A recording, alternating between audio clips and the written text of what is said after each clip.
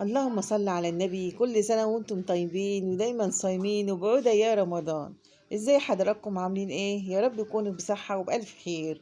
طبعا كلنا بنستعد نعمل كفتة العيد. كنا قبل رمضان بنعمل كفتة رمضان، دلوقتي في العشر الأواخر، دلوقتي خلاص هاني ما عادش إلا كام يوم على العيد. يا رب يجي علينا وعليكم واحنا متهنيين. بنعمل الكفتة. بعد إذن حضراتكم عايزاكم تركزوا معايا في الكفتة اللي معايا دي. شوف أنا عملت الكفتة كده دواير اهي زي ما انت شايفة. تعالي بقى بصي، شوف ايه اللي حصل في الصوابع. الصابع بعد ما حمره واطلعه من الطاسه وربنا الاقيه فرقع ويفك زي ما انت شايفه كده، ويشق كده من زي ما انت شايفه بالمنظر ده. انا حمرته وطلعته من الطاسه، وبعد كده الاقي صوت حاجه بتضرب وبتفرقع، والاقي شكل الصابع زي ما انت كده فتح وشقق معايا. شفت الشق عامل ازاي؟ شق الليل يا جدعان.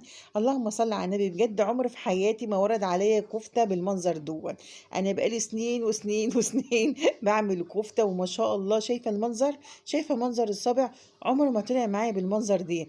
الاقي الدوريه اللي هي عامله زي الكفته اللي هي زي الطعميه كده، مدوراها كده حلوه هي، ويجي عند الصابع الاقيه بعد ما احمره واطلعه من الطاسه الاقيه يعمل صوت كده فرقعه، والاقي الصابع يقوم فرق. دي كان هيشق بردك اهو اهو. بردك نفس النظام، هو نشق الليل يا جدعان. اللهم صل على النبي. انا مش عارفه ليه انا عملت كيلو رز، عليه نص كيلو من اللحمه، عليه بصلايه حجم وسط، عليه بتاع حوالي 6 فصوص من الثوم، وعملت عليه ربطتين شبت وواحدة كزبرة وواحدة بقدونس. والبهارات بتاعتنا ملح وفلفل أسمر وشوية شطة وشوية كمون وشوية كزبرة. هو ده اللي أنا عملته.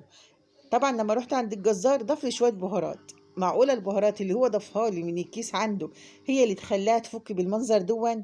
انا اللي عماله طول ما انا عماله احمرها واقلب في دماغي ايه السبب عشان ما اقعش في الخطأ دي تاني. مانيش عارفه، مش عارفه اجيبها ازاي. مش عارفه يعني ايه اللي يكون اللحمه هي اللي تخليها تفك كده. واكتبوا لي بقى في التعليقات وقولوا لي ايه السبب اللي يخلي صابع الكفته يشق معايا بالمنظر ده بعد التحمير.